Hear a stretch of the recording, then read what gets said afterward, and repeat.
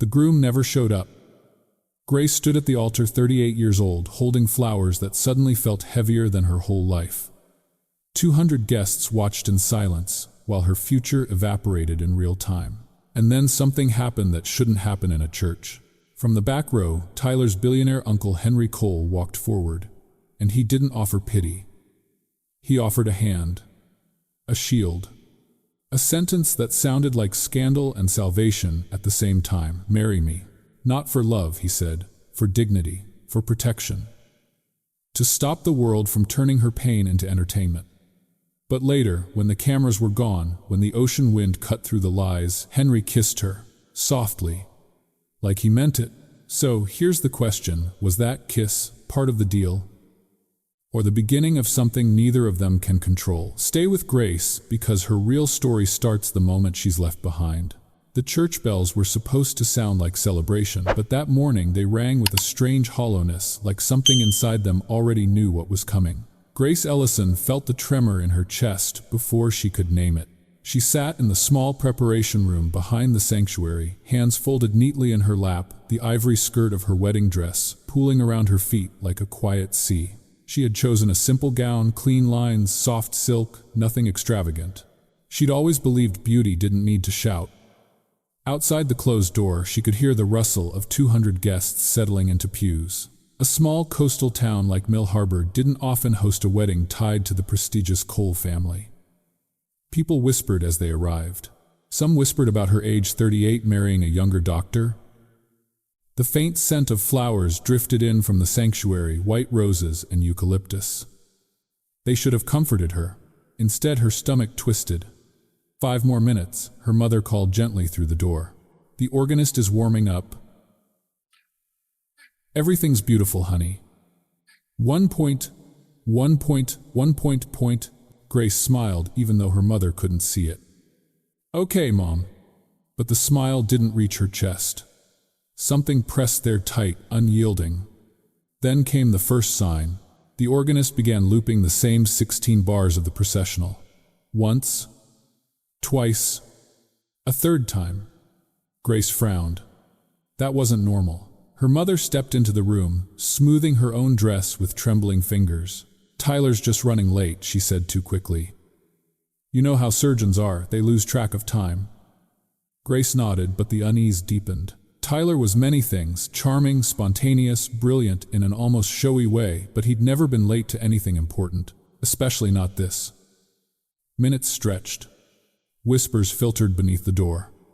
Laughter strained and uncertain. The organist kept looping the same music until it frayed at the edges. Grace's mother looked toward the sanctuary again, her face paling. Then came the soft footsteps of Tyler's parents entering the room. His father didn't meet Grace's eyes. His mother clasped her pearls so tightly her knuckles whitened. Something inside, Grace sank.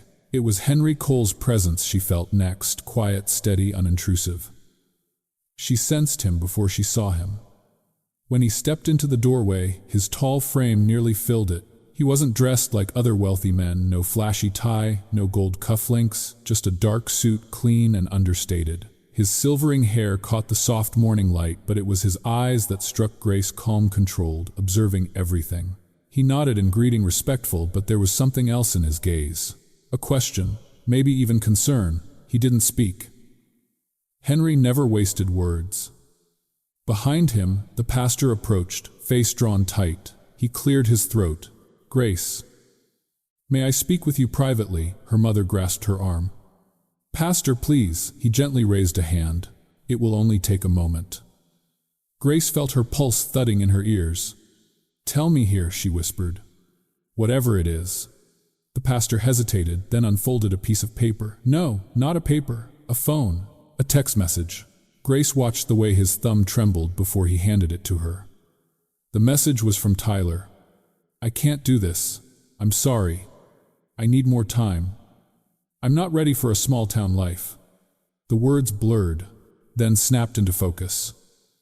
Then, blurred again. Her mother gasped. Tyler's mother pressed a hand to her forehead. His father muttered something about needing to think of the family's image. Henry didn't move at all. His stillness felt like the only solid thing in the room. But Grace, She felt the blood drain from her face until her skin turned cold. Her breath thinned.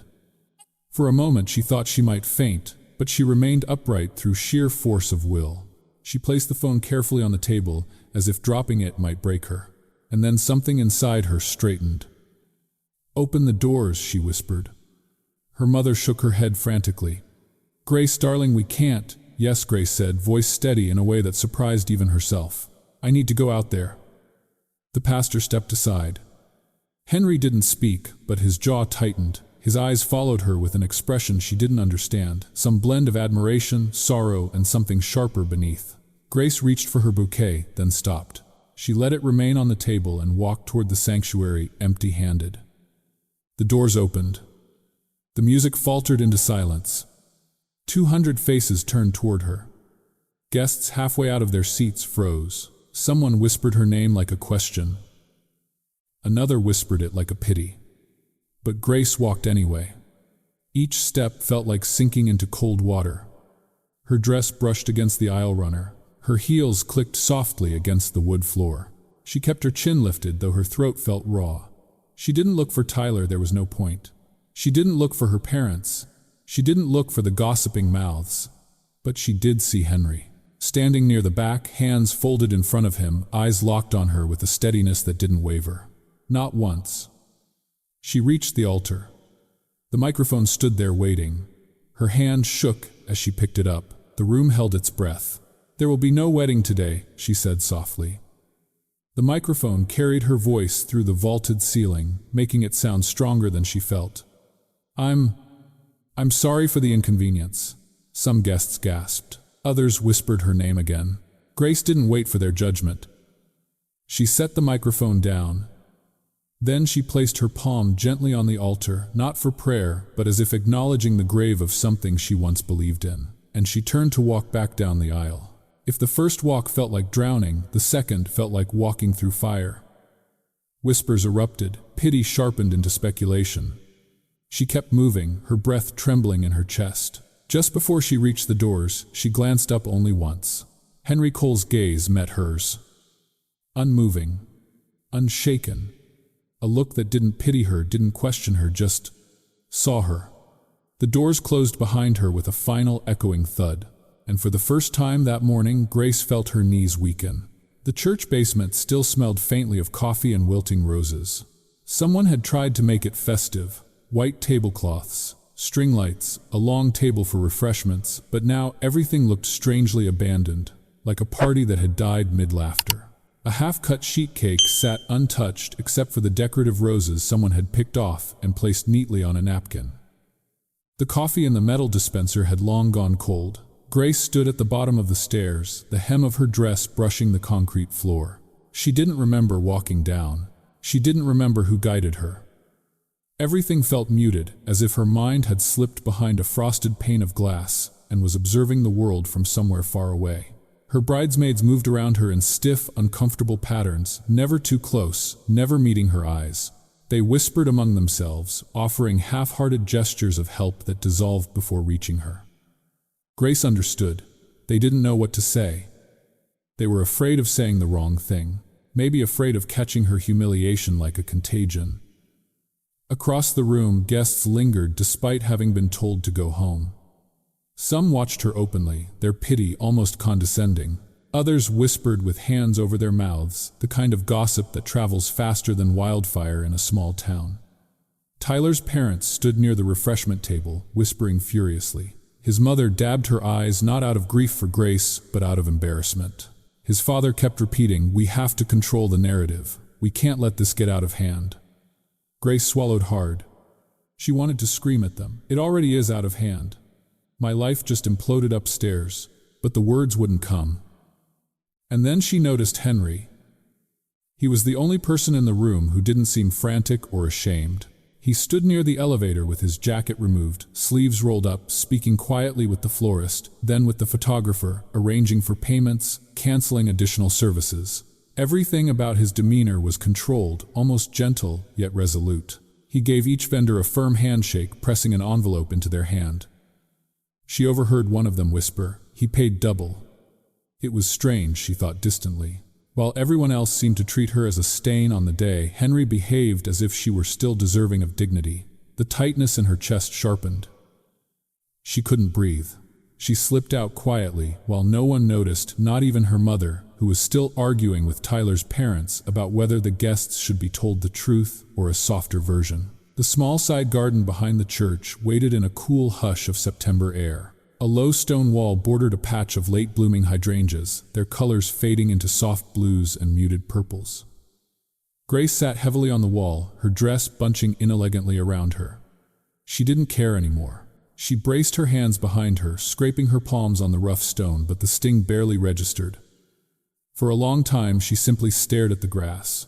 The numbness seemed to thicken around her, turning sound into a distant hum. Somewhere inside the church, people were still murmuring, still debating, still orchestrating the aftermath of a disaster that should never have been hers to manage. When the numbness cracked at last, it didn't break open gently. A low sound escaped her, a mix between a sob and a laugh. Then another, until tears blurred, her vision hot and uncontrollable.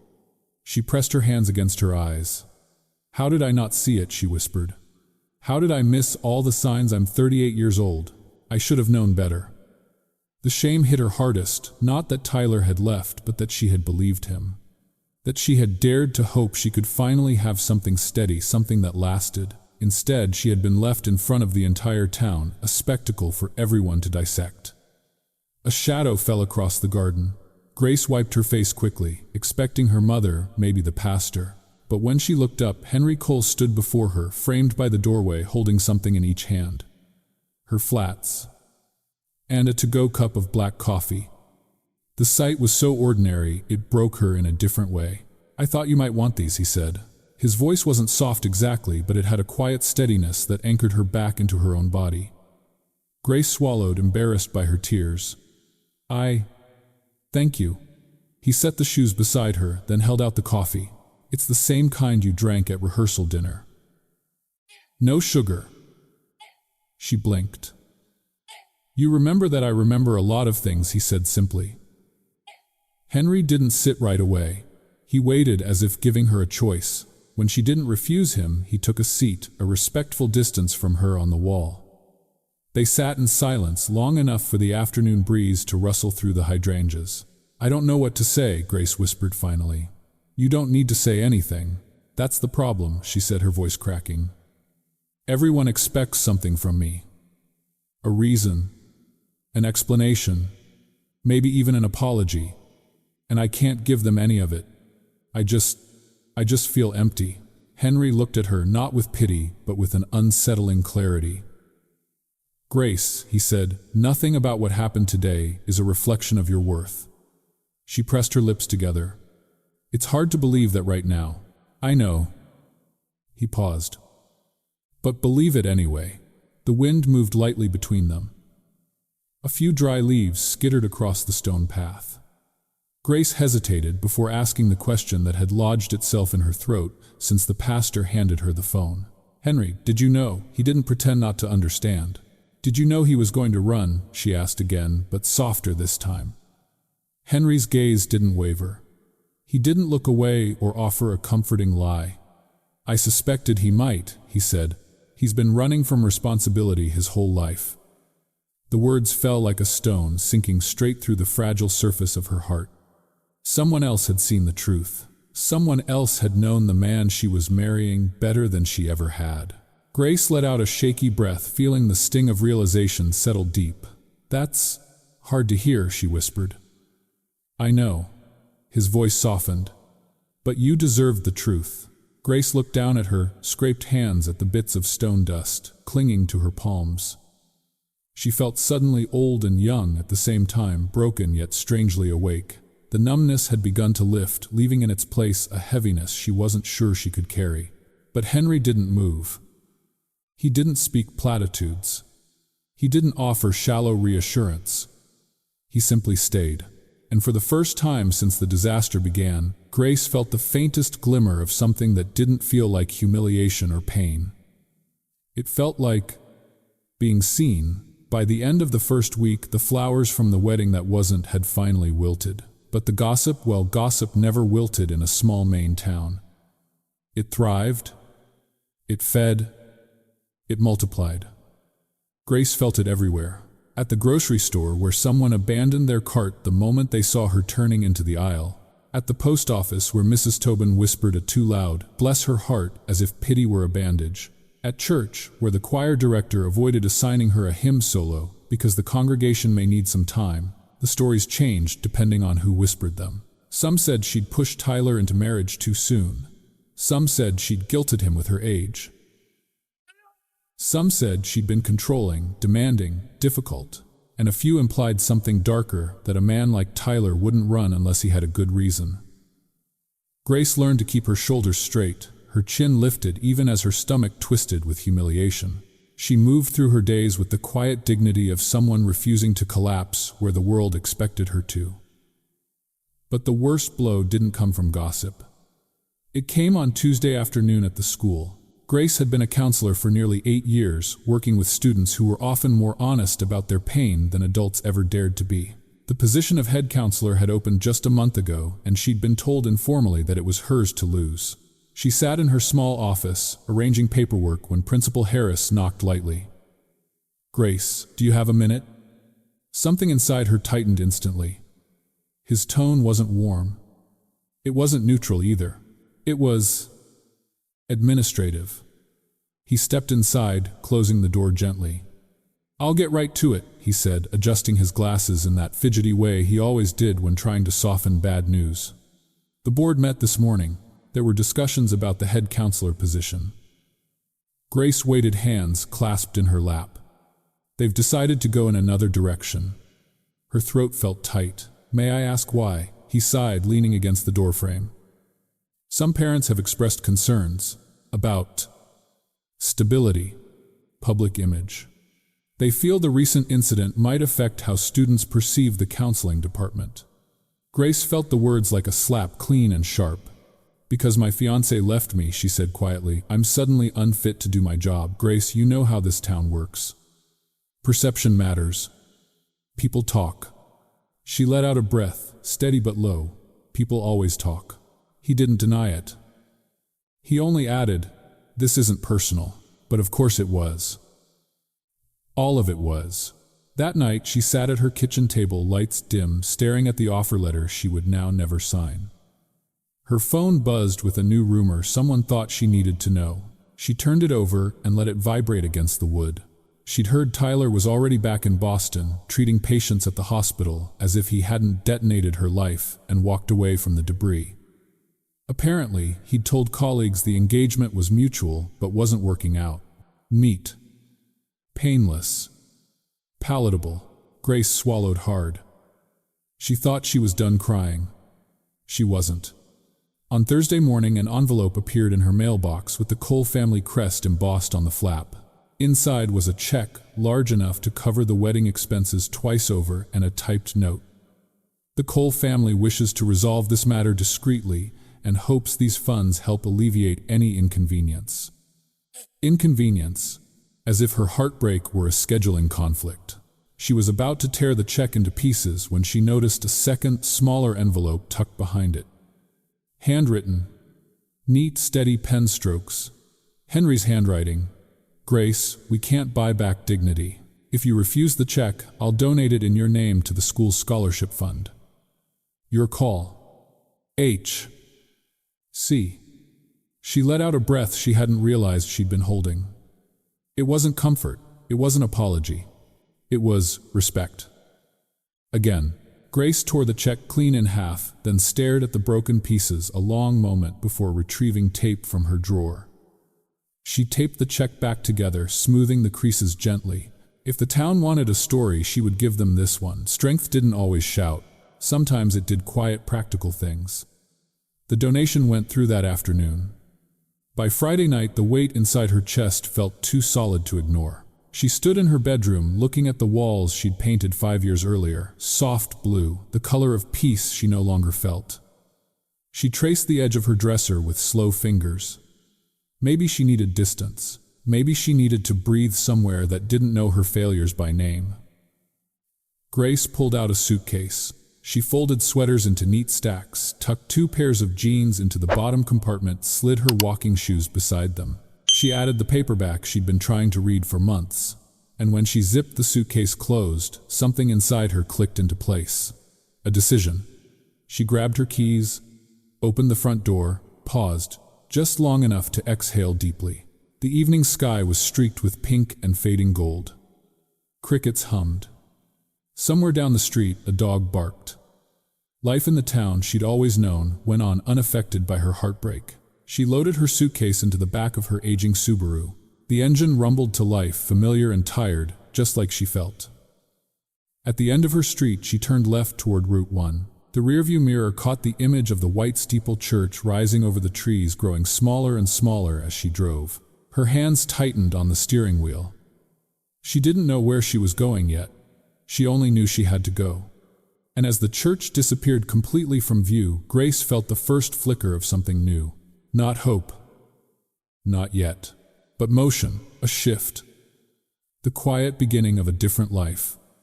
Grace had forgotten how loud cities could be. Her new 1-bedroom apartment sat above a bakery on the outskirts of Boston, small, drafty, and barely big enough to turn around in without bumping into something. But it was affordable, at least by city standards, and only a 30-minute train ride from downtown. She could hear the early morning delivery trucks, the hiss of espresso machines below, the footsteps of neighbors moving around at all hours. It wasn't home, but it wasn't Maine either. And right now, that was enough. She filled out forms at the community mental health clinic, grateful when they offered her part-time hours. The work gave her purpose, but the paycheck barely covered her rent, let alone her student loans. She started skipping dinners, stretching groceries, turning down her thermostat at night. Still, it felt good to be somewhere no one recognized her. No one whispered. No one stared. No one said her name with pity. One Wednesday afternoon, after a morning of crisis intakes and insurance calls, Grace stepped into the clinic waiting room and froze. Henry Cole was sitting in one of the plastic chairs. He looked entirely out of place, too tall for the cramped space, too refined for the scuffed linoleum floors, wearing a charcoal suit that probably cost more than her monthly rent. He was reading a thin packet the receptionist had handed him, brow furrowed in concentration. Grace considered turning around and pretending she hadn't seen him. But he looked up at that exact moment, as if her presence had tugged at some invisible thread. Their eyes met. For a beat, neither of them moved. Then Henry stood, slipping the packet under his arm. Grace. She wished she didn't care how she looked, worn flats, tired, cardigan hair pulled into a loose clip after hours of client sessions, but she did. And the fact that she cared irritated her more than her exhaustion. "What are you doing here?" she asked, keeping her tone neutral. "Funding," he said simply. "Cole Maritime is sponsoring a mental health initiative in public schools here. The clinic's involved in the pilot testing." Of course. This was his world: boardrooms, philanthropy decisions that shaped entire communities. She brushed a wrinkle from her sleeve. "I didn't know your company worked with clinics like ours." "We didn't," he replied. "But we should have. That's what I'm here to change." The receptionist called his name, telling him someone from administration was ready. Henry nodded, but didn't move. His attention remained on Grace, studying her with that unsettling steadiness she remembered from the church garden. "You look tired," he said gently. "And you look like you stepped out of a magazine," she retorted before she could stop herself. He smiled, a small, fleeting curve of his mouth. "I don't know about that, but it's good to see you." The warmth of the words hit her deeper than she expected. After his meeting, Henry found her again, this time near the back entrance where Grace was eating the last of a granola bar before her afternoon shift. "Walk with me," he said. The request wasn't commanding, just direct. Henry was always direct. They stepped outside into the brisk Boston air. Cars hummed past. A man on a bike shouted at a taxi. Life surged everywhere. "I have a proposal," Henry said. Grace almost laughed. "Please don't tell me it's a charity offer." "It's not." He paused, then added, "though I know that's exactly what you'd assume." She crossed her arms. "I don't need saving. I'm aware." He waited until she met his eyes, then continued, "Cole Maritime is restructuring several departments. Our board is pushing for a stronger employee wellness and counseling program. We need someone with real field experience to design it. Not a corporate consultant, Someone who understands people, not policy. Grace blinked. Henry, what exactly are you asking? I want to hire you, he said plainly. As a consultant. 3 months project-based, flexible hours, full professional rate. Her mouth went dry. He went on, your work here is meaningful, far more than what my world usually sees. But I think your skills could help us build something long-term, something that might actually change how companies treat their employees. Her heart pulled in conflicting directions. Henry, you do realize how this looks. A woman who was left at the altar hired by the uncle of the man who did it. Grace, if this were about pity, I would have offered you money months ago. You did offer me money, she reminded him. That wasn't from me, he countered. And you know it. And the note he sent with it had been the first kind gesture anyone gave her after the disaster. Henry stepped slightly closer, not invading but grounding the space between them. I'm not offering this because Tyler hurt you, he said quietly. I'm offering it because when I watched you walk down that aisle alone, I realized you had more courage than most executives I've ever met. His words landed somewhere deep inside her, far past the bruised places into something steadier. She looked away toward the street. A bus hissed to a stop. A mother guided her toddler across the crosswalk. Boston felt bigger, suddenly full of possibility she hadn't intended to see. A 3-month trial, Grace said finally. Nothing permanent, no promises. Henry nodded once. 3 months. And I set my own hours. Of course. And she added, if at any point I feel like this becomes inappropriate or complicated, I walk away. You always have the right to walk away. They stood in silence, a moment's steam from a manhole drifting between them like a thin veil. Grace, Henry said softly, we both know you're not running anymore. She didn't answer. She didn't need to. Her pulse told her enough. So did the quiet, unfamiliar feeling rising beneath her ribs, something that felt dangerously close to hope. Grace had never been inside a building so polished it felt like it might reject her on sight. Cole Maritime headquarters rose like a glass blade along Boston's waterfront, catching sunlight and sky in its facade. When she stepped through the revolving doors on her first day as a consultant, she felt the air change cooler, crisper, humming with purpose. The lobby gleamed. Marble floors reflected the soft overhead lighting. Sleek ships in bottles lined the hall, each representing a major acquisition or historical milestone. People in tailored suits moved with clipped, confident strides. Most looked young, early 30s, some younger MBA types who wore ambition like an accessory. Grace's navy dress felt suddenly plain. Her heels, modest and practical, clicked too softly against the marble compared to everyone else's certainty. She inhaled deeply and pressed the elevator call button. On the 20th floor, Henry waited. He wore a dark suit, charcoal, crisp, immaculate, yet there was something in the way he stood, hands in his pockets, that softened the sharpness. His expression eased when he saw her. You made it, he said, and somehow it didn't sound like a formality. Come on, I want to show you something. He led her through the open-plan floor, rows of glass offices, meeting pods, panoramic windows that framed the Atlantic in wide sweeps of steel blue. Ships glided out toward the horizon, their wakes carving delicate white lines. This view, Grace murmured, pausing near the window. It feels endless. Henry looked at her instead of the ocean. It helps remind us what we're working for. His tone was casual, but there was a quiet conviction beneath it, something that hinted at weight few people saw. He guided her into the boardroom where a long table dominated the space and a massive painting of an old cargo ship hung behind the head seat. Executives were already gathering, most in expensive suits, most older than the analysts outside but just as polished. Grace chose a seat near the middle, ensuring she wasn't at the front but also not hiding at the back. A man in his 50s leaned toward the colleague beside him. Wellness, he scoffed. Sounds like HR fluff to me. Another murmured, 3-month consultancy, probably another pet project the board will ignore. Grace folded her hands in her lap. She'd felt out of place before, at school, functions, town meetings, but never like this. Here she felt like a substitute teacher in a room full of captains steering massive ships. Henry entered last. The room shifted instantly, voices quieted, posture straightened, attention sharpened. He didn't demand authority, he simply carried it. Thank you all for making time, he began, sitting at the head of the table. Today's agenda includes discussion of employee wellness initiatives. You've all reviewed the preliminary proposal. Yes, one executive said, flipping the pages, but it reads like an expense with no return. Counseling, stress prevention, these aren't metrics we can measure. Another added, we're a maritime logistics company, not a social service agency. Grace felt heat rise in her chest, not anger yet, but something close. Henry listened, expression neutral. When the objections slowed, he glanced subtly toward her. An invitation. Grace hesitated only for a breath, then leaned forward slightly. May I speak? Several executives blinked as if surprised she could talk. Henry nodded. Please. Grace inhaled, steadying her voice. Before I worked here, I spent years in schools and community clinics. And I learned something simple. People break quietly. A few brows lifted. She continued, we tend to think stress is invisible.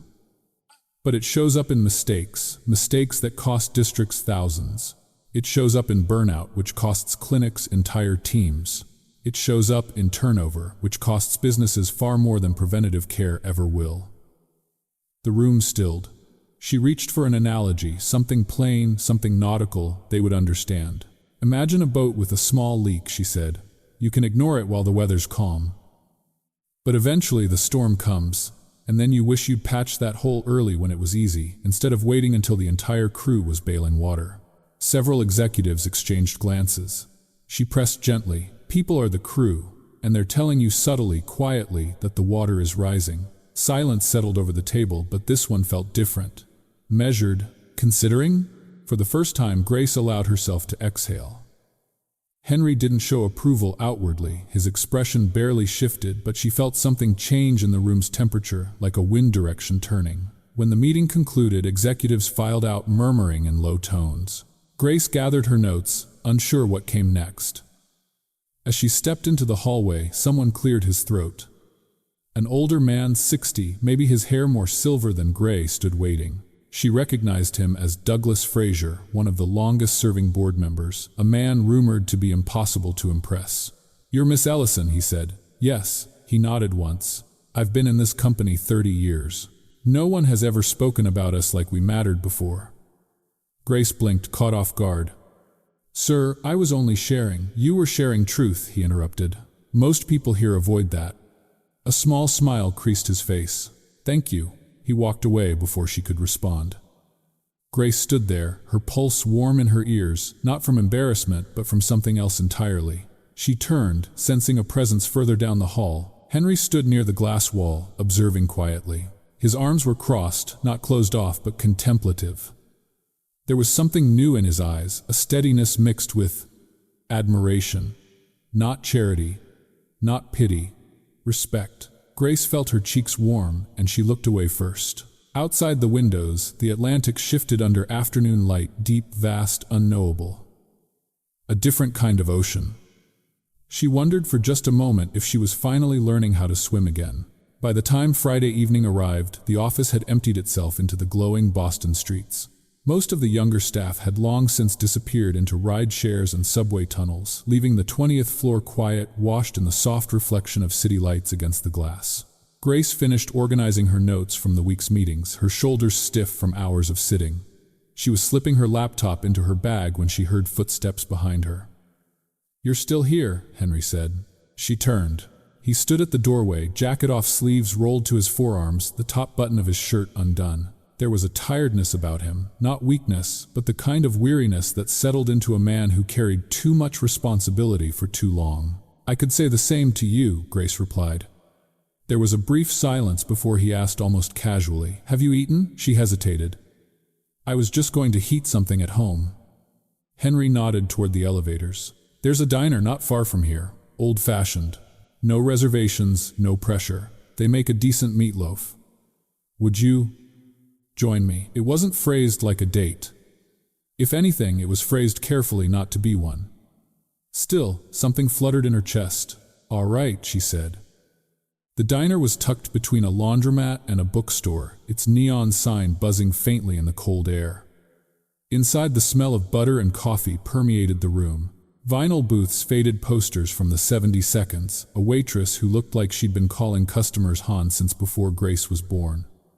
Henry greeted the waitress by name. "Evening, Mel." "Evening, sweetheart," Mel replied without missing a beat. "Your usual," he nodded, then glanced at Grace. "And whatever she'd like." Grace ordered a turkey club and coffee. When the waitress left, Grace eyed him curiously. "So this is your spot," he shrugged lightly. "It's quiet, simple. The board doesn't come here." A small smile tugged at the corner of his mouth, which is part of the charm. She laughed softly. "I expected you to take clients to places with Michelin stars and white tablecloths." "I do," he admitted, "but that's business. This," he gestured around the room, "is where you go when you want to remember you're human." Their food arrived quickly. Grace noticed he really did order meatloaf and mashed potatoes, plain hearty, nothing like the delicate dishes she imagined billionaires eating. "You know," she said between bites, "for someone who could have anything you eat, surprisingly normal food." Henry smiled. "Caroline used to say that." Grace's fork paused halfway to her mouth. "Your wife," he nodded. 8 years ago. Cancer." The simplicity of the words made them hit harder. "I'm sorry," Grace said quietly. "Don't be." He took a sip of his coffee. She was extraordinary. Smart, funny, fierce. She once argued with a senator over environmental regulations and won. Grace smiled gently. "Sounds like someone I would have liked." "You would have," Henry said softly. She believed in fixing what was broken, including people. There was no bitterness in his tone, only memory, love that had settled into something steadier than grief. Grace found herself telling him about her own past, her years working with troubled teens, the nights she stayed late filling out reports, the students who still sent her postcards from college. She spoke about what it meant to see someone hurting and not have the resources to help them. Henry listened, not with polite nods, but with full attention, the way someone listens when they genuinely want to understand the shape of another person's life. Somewhere between the stories and the lukewarm coffee refills, a softness grew between them. Not romance. Not yet, but recognition. Two people who had lived through different types of loss and found themselves unexpectedly sharing the same booth. At one point, they both reached for the little paper sugar packet, their fingers brushed. The contact was brief, barely more than a whisper of skin against skin, but it felt like a spark catching on dry tinder. Grace inhaled. Henry's hand stilled. For a suspended moment, neither moved. Then Henry withdrew slowly, deliberately breaking the connection with a quiet clearing of his throat. "Tell me more about the teen program you ran in Maine," he said, steering the conversation back into calmer waters. Grace followed his lead, grateful and disappointed all at once. He was a man who lived carefully, deliberately, never crossing a line without considering the consequences. By the time they left the diner, the city had settled into its nighttime rhythm, cars humming down Commonwealth Avenue, streetlights reflecting off the pavement, people wrapped in scarves moving from bar to bar. They stepped onto the sidewalk. "Thank you for dinner," Grace said. "Thank you for joining me." They walked toward the corner where their paths would diverge. Grace toward the train, Henry toward the private driver who always kept a respectful distance. But before they could take 10 steps, a sudden flash erupted across the street. Grace flinched. Henry reacted instantly. A photographer stood there, camera lifted again, lens trained on them like a weapon. "Seriously," Henry muttered. In one smooth motion, he stepped in front of Grace, shielding her body with his. His hand found the middle of her back, not possessive but protective, and he guided her gently behind him. "Ignore it," he said, voice low but steady. "They feed on anything that looks like a story." Grace's breath caught. No one had ever shielded her from public humiliation before. No one had ever tried. Henry held his ground until the photographer finally lowered the camera, muttering something about deadlines. When he walked away, Henry exhaled slowly, jaw tight. "You all right?" he asked, turning to her. Grace nodded, though her pulse was still racing. Something had shifted again, quiet, almost imperceptible, but real. He wasn't just protecting her reputation. He was protecting her, and for the first time since her life cracked open at the altar, Grace felt something warm settle into the empty spaces inside her. She wasn't alone in this city, not anymore. The first sign of trouble came early Monday morning when Grace arrived at the clinic and found her colleague Marcy waiting near the coffee station, phone in hand, and concern etched across her face. "Grace, I thought you should see this." Grace's stomach tightened even before the screen was turned toward her. There, in grainy resolution, was a blurred photograph of her and Henry leaving the diner. The headline screamed across the top, "Mystery Woman Spending Late Nights with Coal Maritime Billionaire." The article hinted at impropriety, speculated about her connection to the Cole family, and mentioned her broken engagement as if it were evidence of questionable character. Grace felt her pulse spike, her cheeks heated. The shame she thought she'd buried under new routines and city noise came roaring back like a storm surge.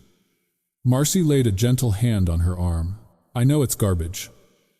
Everyone knows tabloids lie." "Not everyone," Grace whispered. The article included lines about her reinventing herself in Boston and finding comfort with an older, wealthier Cole, insinuations clear enough to twist her stomach. For a moment, she couldn't breathe. She excused herself, stepping into the hallway, leaning against the cool wall as waves of humiliation washed over her. Was she destined to be defined forever by a man who didn't stay? Her phone buzzed. A number she didn't recognize. She didn't answer. That evening, Grace sat in Henry's office at Cole Maritime, reviewing drafts of a wellness program proposal. The space was quieter than usual, the lights dimmed to a soft glow. Outside, Boston's skyline shimmered against the darkening sky. Henry paced near the window, clearly having read the article himself. "I've already called legal," he said. "We'll push for a retraction." "Please don't," Grace murmured, without looking up from her papers. "It'll only make it worse. They want attention." "Grace, it's fine." But her voice betrayed her. He stepped closer. "It isn't." Before he could say more, the office door burst open with a force that startled them both. Tyler stood in the doorway. His hair was tousled, his eyes bloodshot, and he looked furious. "Uncle Henry, we need to talk," he snapped, then saw Grace. His expression contorted. "Oh. So, it's true. She's here." Grace stood slowly, pulse thudding. Henry's voice turned cold. "Tyler, this is a private meeting. You need to leave." "I'm not going anywhere." Tyler jabbed a finger toward Grace. "So, this is what you wanted, huh? Leave me at the altar. You left her," Henry cut in. Tyler ignored him. "And trade up for someone richer. Is that it? You couldn't get the ring from me, so you went for the whole damn empire." Grace's breath caught. "Tyler, stop." But he was unraveling, driven by ego, insecurity, anything but truth. "How long has this been going on?" he demanded.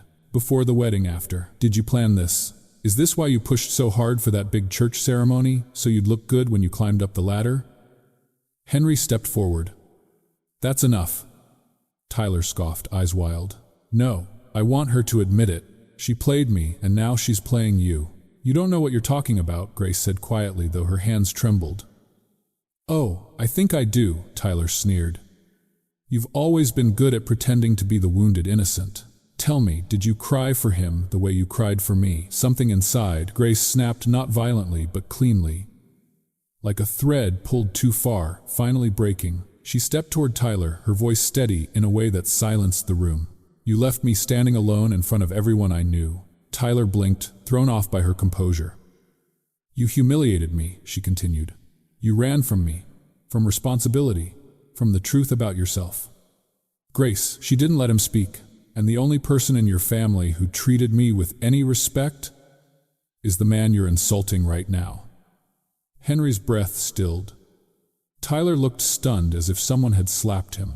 Grace reached for her bag, her movements precise, controlled.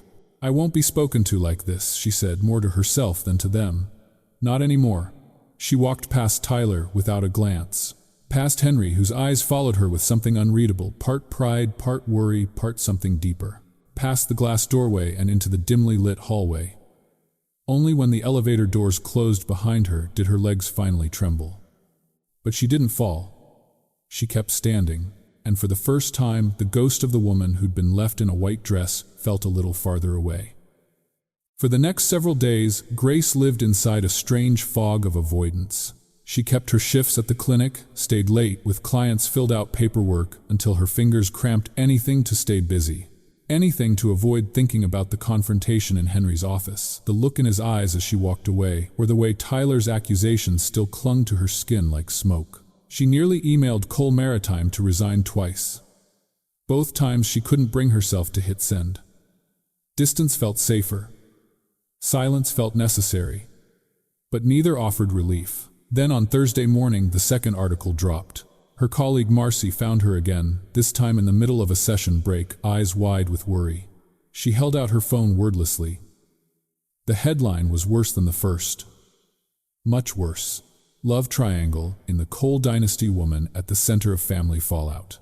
The article spun a fabricated timeline suggesting she'd grown close to Henry before the wedding, that she'd transferred affections upward, that she'd been undeniably influential in driving a wedge between Tyler and his uncle. Grace stared at the screen until the words blurred. Her chest tightened. Her hands went cold. Grace, Marcy whispered, "I'm so sorry." One of her clients later that afternoon, a teenage girl she'd been seeing for weeks, looked up mid-session and said innocently, "My mom saw something online about you and some rich guy. She asked if you'd still have time to help me." Grace's heart cracked a little more. By evening, her mother called. Not angry, hurt. "Honey, what is all this? People are saying terrible things. I know they're lies, but..."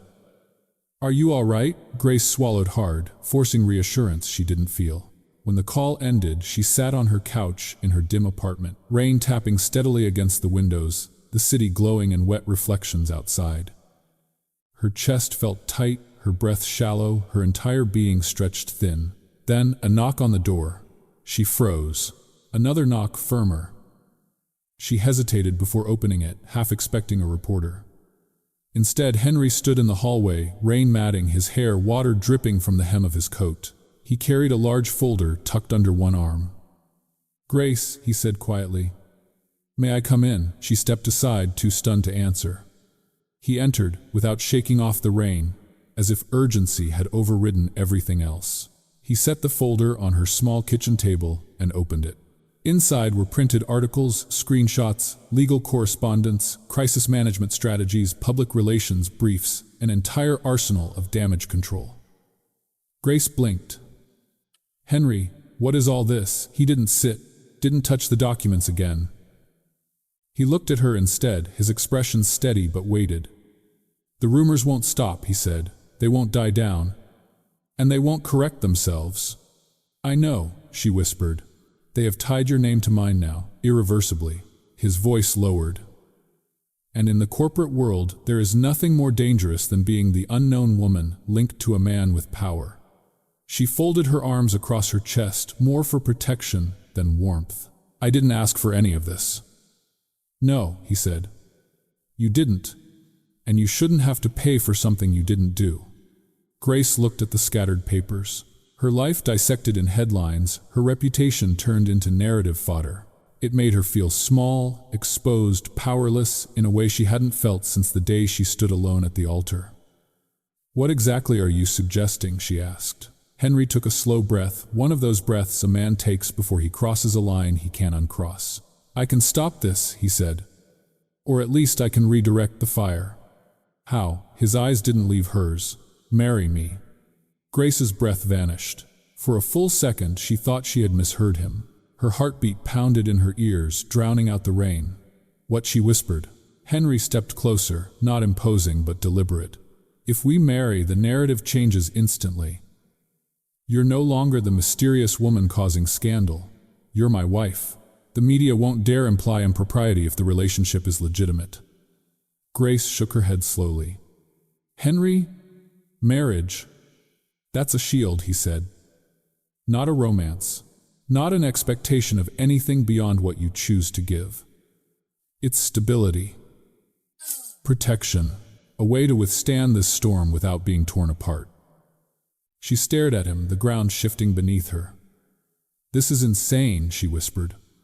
We're not, Henry. I don't even know what you want from me." "What I want," he said calmly, "is to keep you from being destroyed." His voice dropped rough with something she hadn't heard from him before. Not control, not neutrality. Concern. Real concern. He continued, "You don't deserve this humiliation. You don't deserve to lose your work, your reputation, your peace because of a man who couldn't stand at the altar. I won't let them define you by his absence. Grace swallowed, overwhelmed. This can't be the solution. It is the cleanest one, he said. The fastest, the safest. Her mind raced, morality, fear, logic, pride, all crashing into each other. Henry, she whispered, I can't marry someone I... He stepped closer, his voice softer now. I'm not asking for your love. Her breath caught. I'm asking, he said, to stand between you and the storm. The room fell silent. Rain pattered harder against the glass. The city glowed through the window, and Grace felt for the second time in her life a moment where everything hinged on a decision she never expected to face. She looked at the folder at the lies, written about her at the truth standing in front of her. Henry waited, still steady, offering not romance but refuge. And Grace, stunned to her core, could only stand there as her world tilted once more. Grace didn't give Henry an answer that night. She couldn't. Not with the rain pounding the windows, not with the proposal, if it could even be called, that still echoing in her mind. She only asked for space. Time to breathe.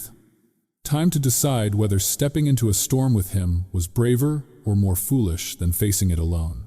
Henry accepted it with a small nod, though something in his eyes tightened, as if he already knew waiting would be the hardest part.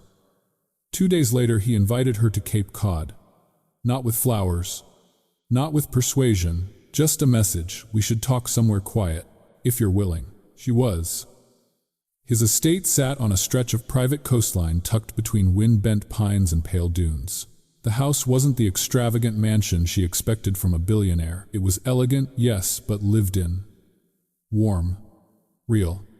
The wraparound porch faced the ocean, its white paint fading in places. Wind chimes clinked softly in the breeze. Through the windows she saw worn leather chairs, nautical charts pinned above a long desk, and books stacked in small, uneven towers.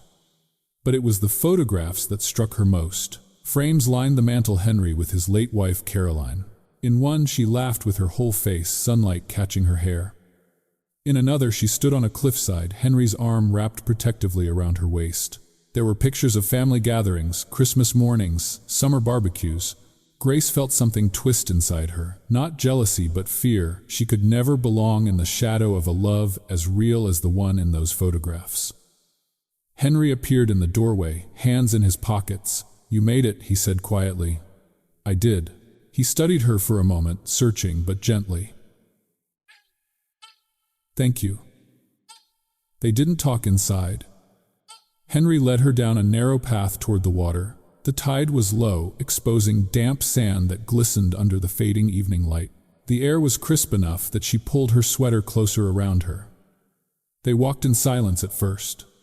The kind that wasn't empty, just full of everything unsaid. Finally, Grace stopped near the waterline. Henry. Your proposal. I haven't answered because I don't know how.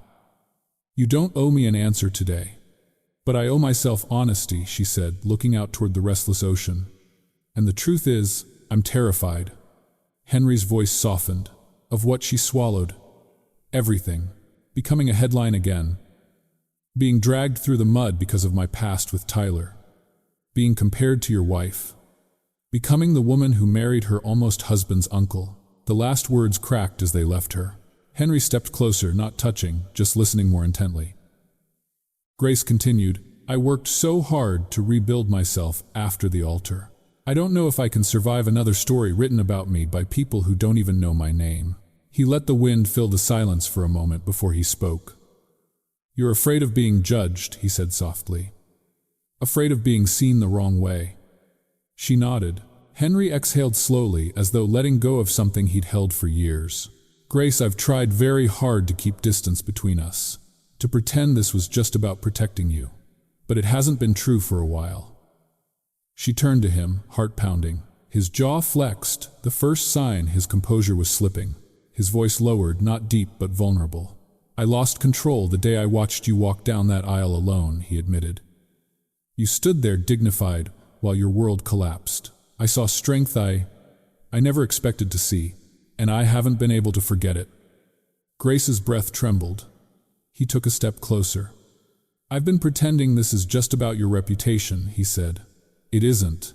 The world seemed to narrow around them, the tide, the wind, the fading light, all dimming into nothing but the space between their bodies. Henry lifted a hand toward her face, but he stopped mid-motion, hovering inches from her cheek.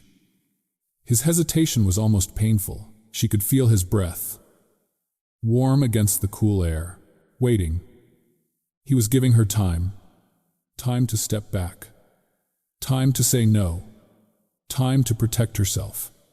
Grace didn't move, and that was all he needed.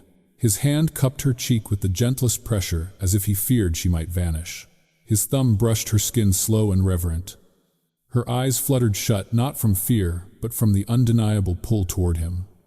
The kiss came quietly at first, soft, searching. A question more than an answer. Grace leaned into it, her hands lifting to the front of his shirt, gripping lightly as though anchoring herself. The kiss deepened slowly at first, then with a surge neither of them expected. It was controlled, then not, restrained, then unraveling.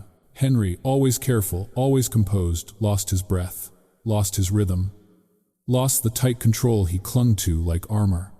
When he finally pulled back, it wasn't distance he was creating, it was space to breathe.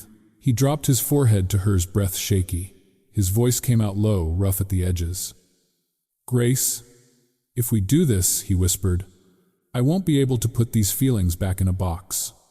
Her eyes opened, meeting his, and for the first time since the day she stood alone at the altar, she didn't feel abandoned. She felt chosen.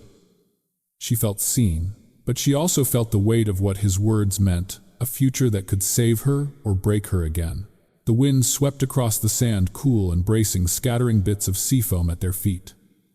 Grace closed her eyes, letting the moment linger on her skin, knowing nothing after this would ever be the same. Grace didn't answer him on the beach. Not with words, but something in her eyes softened, something Henry hadn't seen before, not even in Boston, not even in the boardroom when she stood her ground. It was a look that told him she was no longer running. The next morning she returned to Boston, knowing what she needed to do. And that night, with rain streaking her apartment window in thin silver lines, she called Henry. "Yes," she said, her voice steady despite the trembling in her hands. "I'll marry you." Not because she needed rescue, not because the rumors would swallow her whole, but because he was the only person who had stood with her from the very first moment her world cracked. She was tired of flinching at every whisper, tired of living in defense. Henry didn't respond with triumph. He closed his eyes, exhaled once, a quiet private release of tension, and said only, "Thank you for trusting me." They married the next afternoon. No music, no dress. Just a courthouse in downtown Boston, 2 clerks as witnesses, and the faint smell of printer toner clinging to the air. Grace wore a soft gray sweater and black slacks. Henry wore the same navy suit he had worn in their first meeting at Cole Maritime, no tie this time. He signed the marriage license with practiced precision. She signed with fingers that trembled despite her resolve. When the officiant said, "You may acknowledge your spouse," Henry didn't kiss her. He took her hands instead, holding them with a quiet sincerity that made her throat tighten. "This means something to me," he said softly, so only she could hear. Her breath caught, not because she was suddenly overwhelmed by romance, but because the man who lived behind so many walls had cracked open just enough for her to see inside. The tabloids noticed within hours. By evening, headlines were everywhere. Left by the nephew, she marries the uncle. The Cole family love triangle.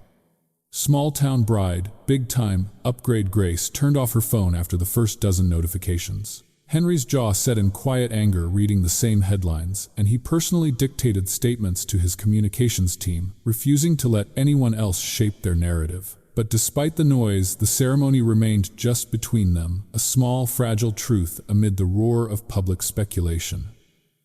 The Cape Cod house became her home that night. Her entire life, 2 suitcases, a box of books, a handful of framed photos, fit into the trunk of her car. She carried the first suitcase through the doorway and paused, suddenly dizzy with the enormity of it. Henry reached for the bag. "Let me. I can carry it," she murmured. "I know," he replied. "But let me anyway." He led her to the second floor, where the hallway smelled faintly of cedar and ocean air. He stopped at the door of the master bedroom. "This should be yours," he said. "I can take one of the guest rooms." Grace shook her head immediately. "We said practical," she reminded.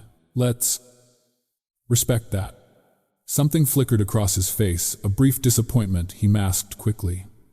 He nodded and showed her to a bright guest room overlooking the dunes. "Your space," he said, "as long as you want it." She placed her suitcase on the bed and felt an unexpected ache in her chest. She wanted to be grateful. She wanted to feel safe. But mostly she felt the quiet awkwardness of two people learning how to breathe in shared air without stepping on each other's shadows. They met later in the kitchen, both dressed down in soft clothes, their first evening together without suits, expectations, or formalities. Henry reheated leftover chowder on the stove. Grace sliced a loaf of sourdough. The domesticity felt surreal, as if they were playing roles borrowed from someone else's life. At the big farmhouse table they ate slowly. The only light came from the pendant above them, warm and soft. "Are we okay?" Grace asked, stirring her spoon, though the bowl was already empty. Henry considered his words carefully. "We will be. But this will take time." She nodded. "I don't want you to feel trapped." He shook his head. "Grace, I made this choice with clarity. No part of me regrets it." She looked down, her throat tightening unexpectedly. Being chosen, truly chosen, was more disorienting than any headline. After dinner, she washed the dishes while he dried them, passing plates back and forth in a silent rhythm that might have been comfortable if not for the question hovering in the air. What now? But neither asked it. Not yet. Later, as Grace walked toward her room, she passed Henry's office. The door was partly open, light spilling into the hallway. She heard his voice, steady, authoritative, controlled. "No outlet is permitted to refer to her as a gold digger," he said sharply into the phone. "I don't care what it costs us in ad pullouts or partnerships. You will shut it down." A long pause. His voice tightened. "She is my wife. You will treat her with the same respect you treat me." Grace froze in the hallway. Not because of the words, though they struck her like an unexpected wave, but because of the tone. Protective. Non-negotiable. Not performative, not strategic, real. She stepped back quietly before he could see her and slipped into her room, closing the door softly behind her, leaned against it, closed her eyes. Her heartbeat wasn't calm. It wasn't steady. It wasn't defensive for the first time in months. It was something else entirely. Something she wasn't ready to name yet, but it lingered there in the soft darkness of the unfamiliar room, wrapping around her like the faint smell of ocean drifting through the window, unsettling, unexpected, and impossible to ignore. By early spring, the house on the Cape had found its rhythm. Not a marital rhythm, not yet, but something gentler, quieter, unexpectedly grounding. Every morning, Grace padded barefoot onto the porch, sweater wrapped around her shoulders, and found Henry already there with 2 mugs of coffee. He always handed her the warmer one, claiming he didn't mind the cooler cup. She pretended not to notice the small courtesy, though she always did. On Sundays, they drove 15 minutes to a small local grocery store, the kind with creaky floors and handwritten signs above the produce bins. Henry pushed the cart. Grace teased him for buying the same brand of oatmeal every week. The domesticity of it was both comforting and surreal. And in the afternoons, Grace retreated to the small office. Henry had set up for her once a storage room, now bright with soft paint and a wide window overlooking the dunes, to do remote counseling sessions with teens from the Boston clinic. She loved the work. It tethered her to the version of herself she had fought to rebuild. Their relationship remained defined only by what wasn't said. A brush of hands passing coffee mugs. A too long glance across the kitchen. The soft shift of the air whenever he stepped into a room. Nothing physical beyond that. Nothing spoken. But the emotional closeness grew roots, quiet and undeniable.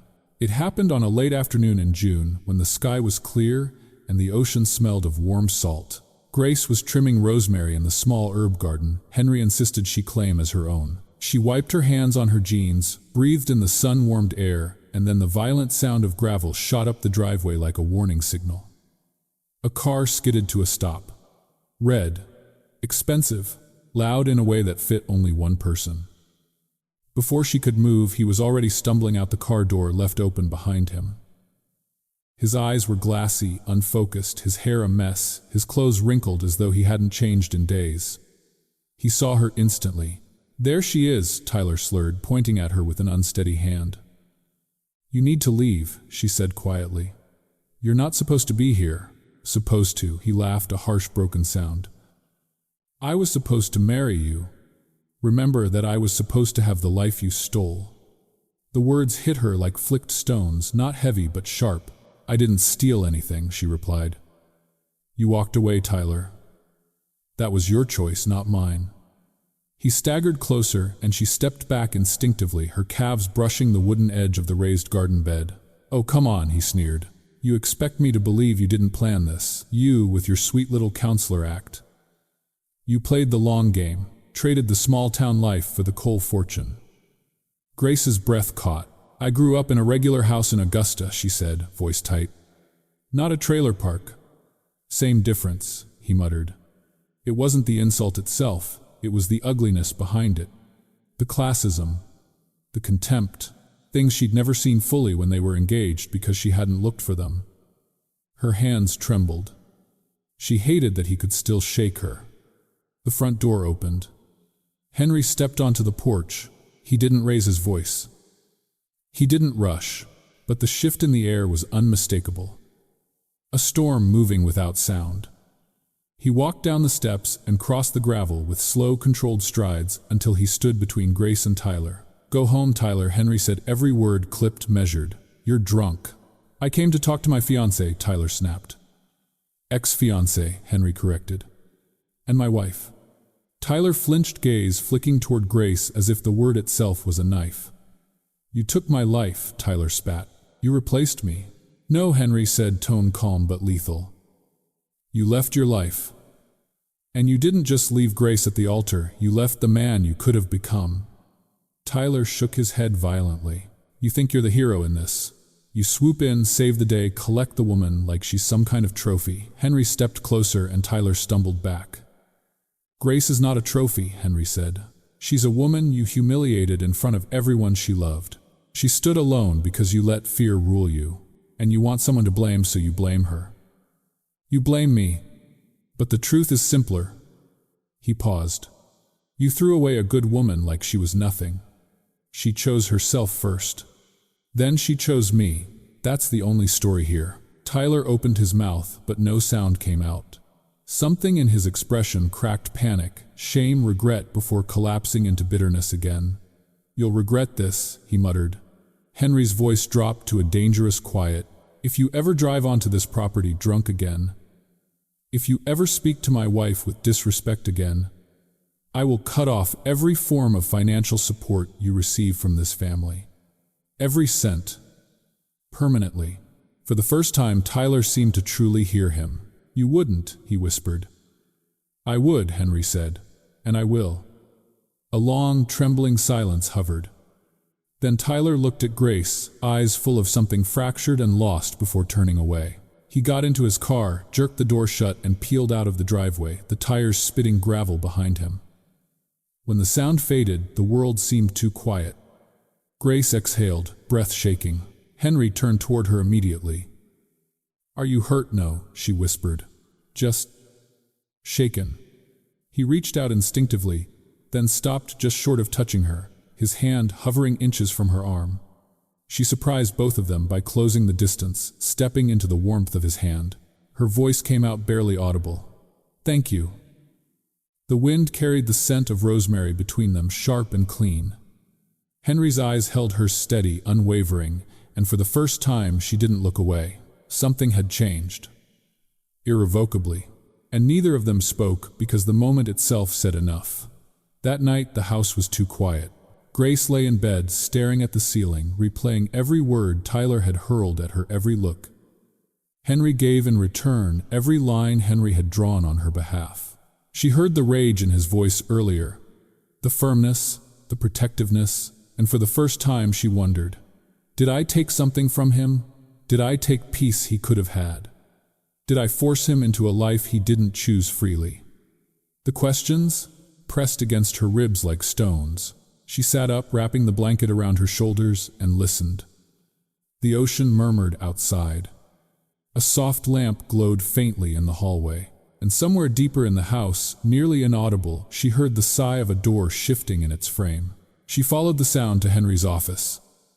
The door was partly open, the warm amber light spilling across the hardwood floor. She pushed it gently, and the scene inside made her chest tighten. Henry sat at his desk, elbows on his knees, head bowed slightly. On the desk were two photographs. One was a framed portrait of Caroline, his late wife, smiling in a way that didn't need words. Grace had seen that picture a dozen times around the house. The other photo was newer, taken at a charity event 2 months prior, Grace in a dark blue dress laughing at something off camera. Someone had caught her in a moment she didn't realize was beautiful. The contrast between those two images, the woman from his past and the woman in his present, felt intimate in a way she wasn't sure she deserved to witness. She hesitated in the doorway. Henry, he lifted his head slowly, and she saw it: exhaustion, yes, but something deeper too. A weight he rarely let anyone see. "I didn't wake you, did I?" he asked, voice low. "No." She stepped farther inside. "I couldn't sleep."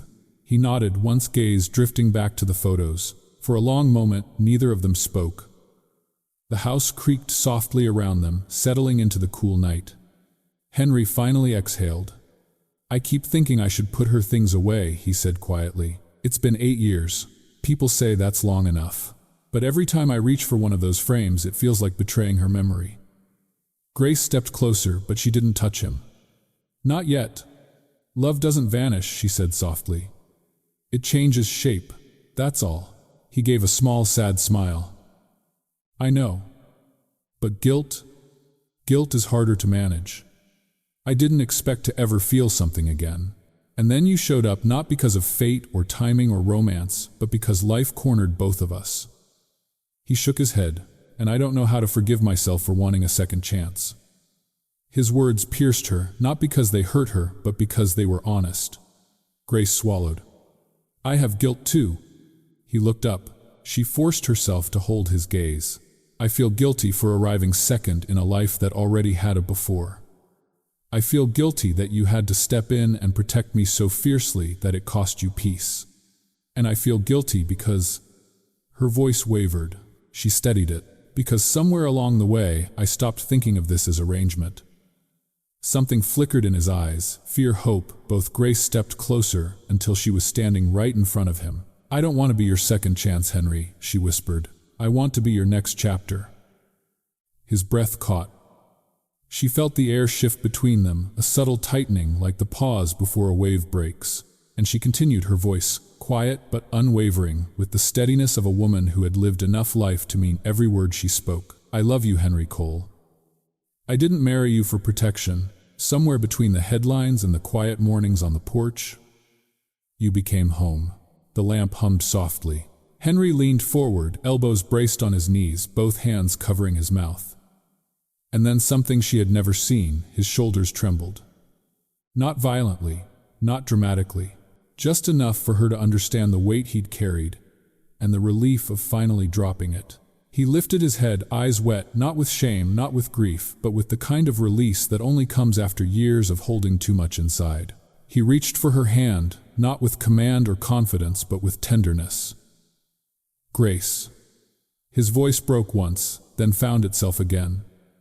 "I have loved you since that day in the church. I tried to bury it. I tried to be appropriate. I tried to be honorable. But the truth is," he swallowed hard, "I saw you walk down that aisle alone, and it broke something in me. I wanted to take away the hurt, even though I had no right to want anything from you."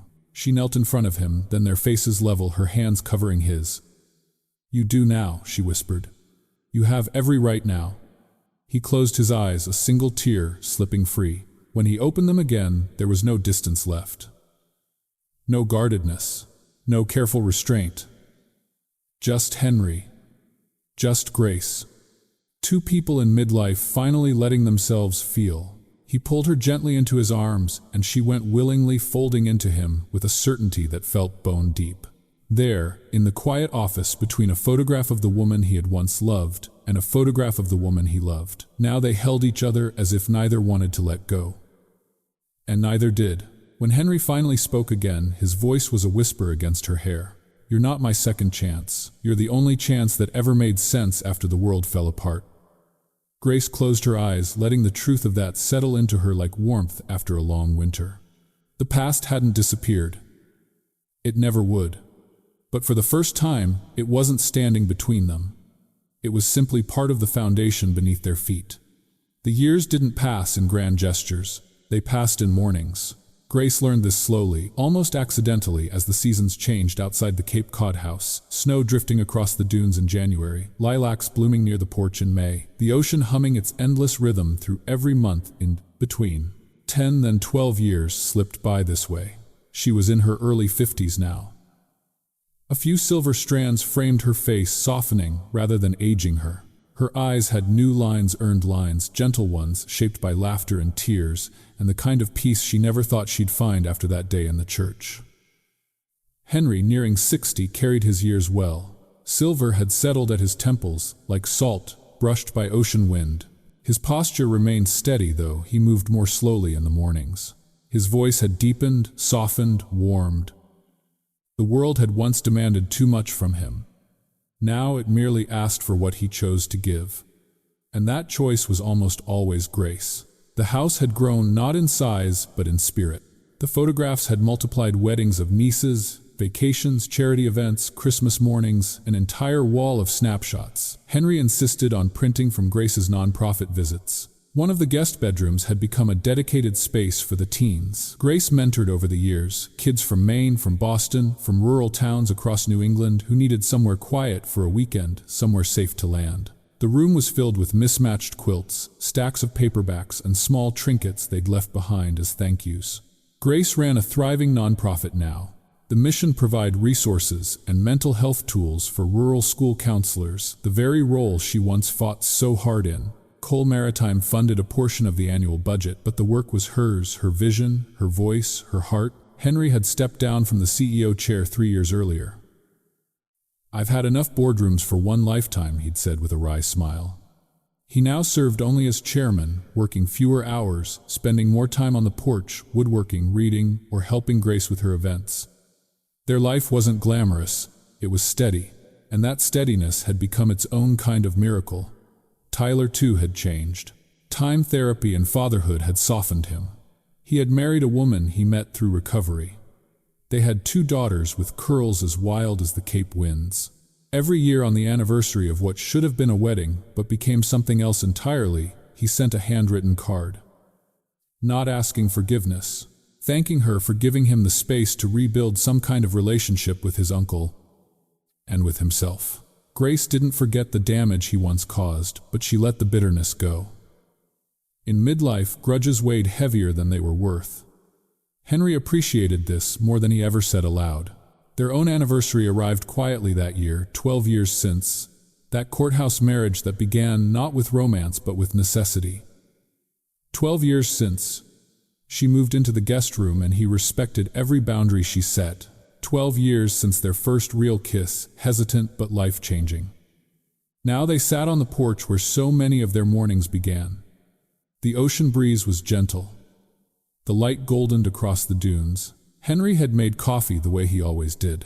Grace curled her fingers around the mug, warming her hands. "It still feels strange," she said softly, "how life led me here." Henry looked at her with a smile that had deepened through the years. "I thank whatever force brought you here every day." They didn't need dramatic declarations anymore. The years themselves were declarations. As the sun slid lower, Henry stood up with a small grunt. His knees never liked the colder evenings, and walked inside. When he returned, he carried a wooden box, smooth and honey-colored, carved with intricate patterns along the edges. Hand-carved, she could tell by the subtle irregularity, the small imperfections that made it beautiful. "I've been working on this for months," he said, setting it gently on the table between them. Grace traced the carvings with her fingertips. "Henry, it's beautiful. There's something inside." Her breath caught as she lifted the lid. Inside was a folded piece of paper, not a legal document, not a grand gesture, just a note written in Henry's steady script. She unfolded it slowly. "To the woman who turned my control into something softer and my house into a home." Her vision blurred. Henry cleared his throat, almost shy. I know we don't need anniversaries to measure time, but I wanted you to have something you could hold. Something that says what I sometimes don't say enough. Grace set the note down and reached for his hand. She held it the way one holds something precious, knowing its value not from rarity but from years of quiet presence.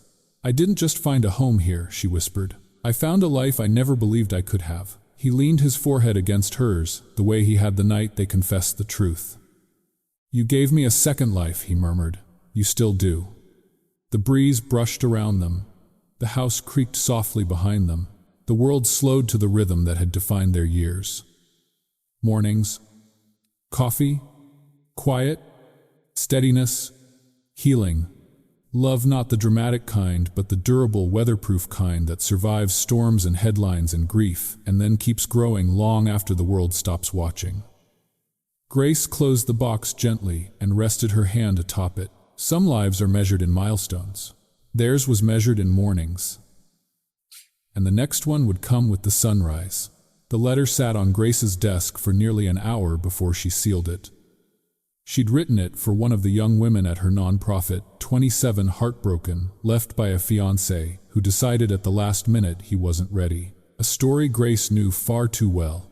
The girl had sat across from her earlier that week, eyes red, voice shaking, asking, "How do you survive something like that? How do you ever trust again?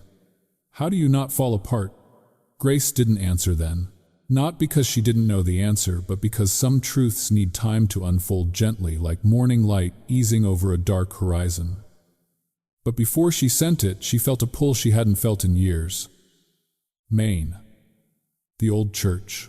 The aisle she once walked, trembling, humiliated, stripped bare under 200 staring eyes. She hadn't returned since. The building looked smaller now. Older too. Weathered by salt air and winters, the white paint peeling in thin flakes. The tall windows clouded slightly with age. It was no longer the centerpiece of a small town obsessed with spectacle and gossip. It was simply a church. She pushed the heavy door open. The hinges groaned as though recognizing her. Inside, dust danced in the streaks of afternoon light. The wooden pews carried the faint scent of old varnish and hymnals. Someone had replaced the carpet years ago, but Grace could still feel the memory beneath her feet, the tremor in her bones, the cold wash of humiliation, the heat of trying not to cry. She walked down the aisle slowly, no dress, no bouquet. Just jeans, a soft cream sweater, and a woman who had lived enough life to stand on her own 2 feet without shaking. Halfway down, she paused. She let her fingers drift along the pews, feeling every nick and worn edge. And for a moment, she stood on the exact spot where she once told the crowd there would be no wedding that day. She had felt alone then, but the truth was she hadn't been. One man had watched with steady eyes from the back. One man had seen her courage, not her collapse. One man had stepped forward when the rest stepped back. Grace reached the altar and sat in the front pew, folding her hands in her lap. She didn't cry. She didn't tremble. She simply breathed, and with that breath came a realization, not sudden but settling in fully for the first time.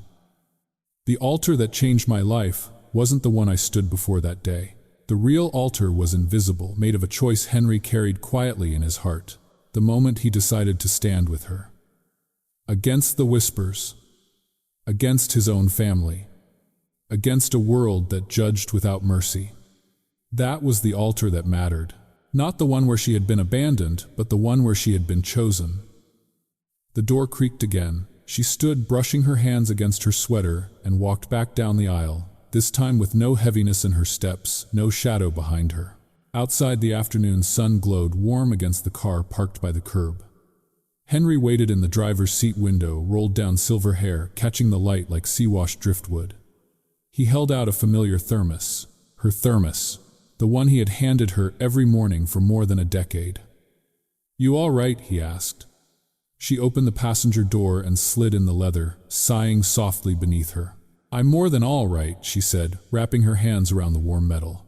She turned toward him, her smile soft and certain. "I'm exactly where I was meant to end up." He nodded once, a knowing gesture, no need for grand declarations. The man who once lived inside ironclad control now let tenderness move freely across his face. As he pulled onto the road, their hands found each other, without effort, resting together on the center console. Older hands now lined with age but steady. Steady in a way that mattered, steady in a way she once thought impossible. The church receded in the rearview mirror, becoming smaller, then disappearing around a bend. Grace didn't look back.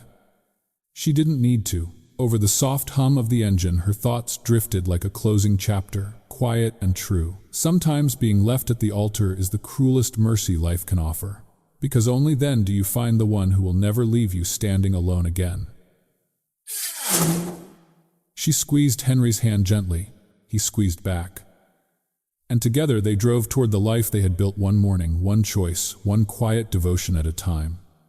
The end. Sometimes healing begins where we least expect it. Not in the moments when life goes according to plan, but in the moments when everything falls apart right in front of us. Grace thought being left at the altar was the end of her story. In truth, it was the moment life gently, though painfully, steered her toward the person who would stand beside her with quiet strength. There is a strange kind of grace in heartbreak. It strips away illusions, leaves us raw, and forces us to discover who truly shows up when the world stops clapping. And sometimes, the person who stays is not the one we were waiting for, but the one who is waiting for us. Grace's journey reminds us that love in midlife doesn't arrive with fireworks. It arrives with steadiness, with presence, with someone choosing you, not just once, but every ordinary morning after. If you're walking through something broken right now, hold on gently to this truth. Life has a way of replacing what we lose with what we were meant to keep. Thank you for spending this time with us, for listening, for feeling, for letting this story sit with you a little while. Every person who finds their way to shining stories becomes part of a small circle of kindness we're trying to grow in this noisy world. If today's story touched something in you, a memory, a heartbreak, a moment you thought you'd never overcome, please know you're not walking that road alone. And if you'd like to help us keep telling stories that heal, stories that speak gently to the bruised places in all of us, every like, share, and subscribe helps us tell more stories that touch the soul. Thank you for being here with us. We're grateful for you truly.